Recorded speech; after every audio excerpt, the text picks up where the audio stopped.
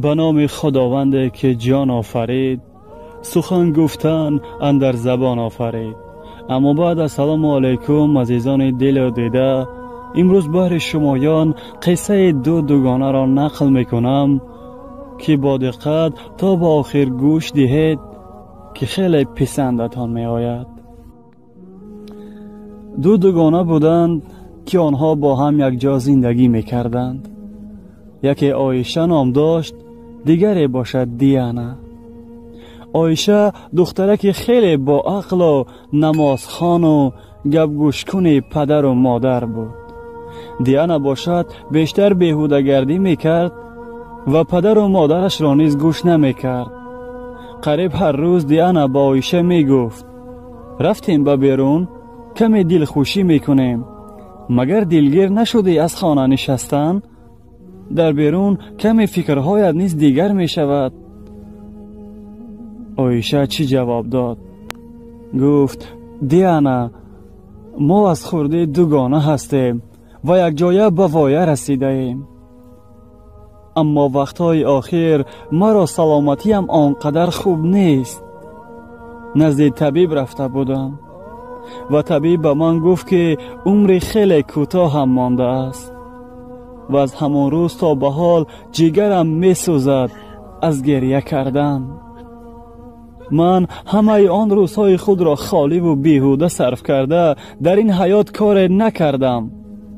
اکنون که عمرم یک چند وقت مانده است خیلی افسوس می خورم و در فکر آن هستم که نزد پروردگارم چی جواب خواهم داد.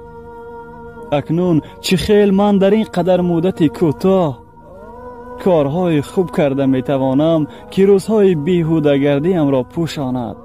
چه خیل با من بگوی دیانا، چه خیل گویان به سوی دیانا داد میزد.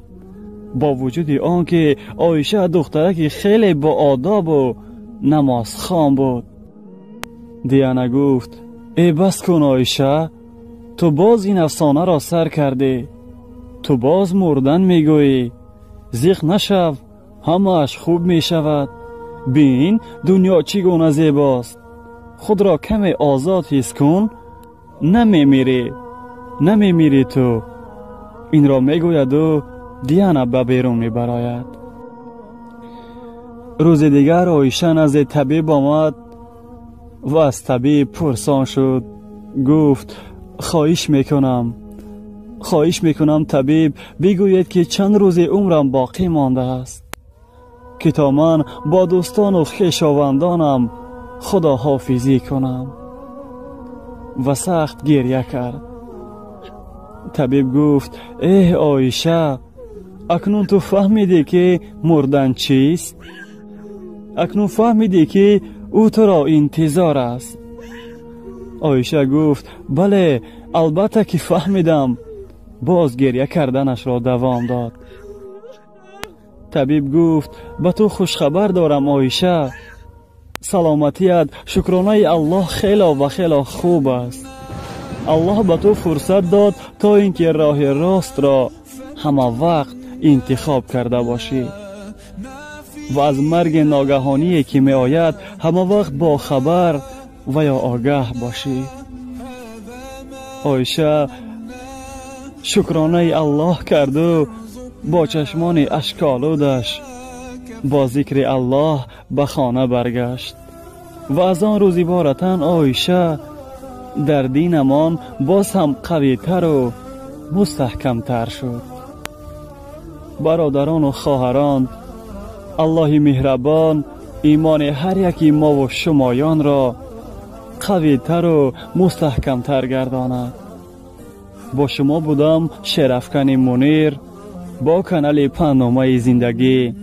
تا نوارهای آینده من، خدا حافظ. جنة هذا ما تمنى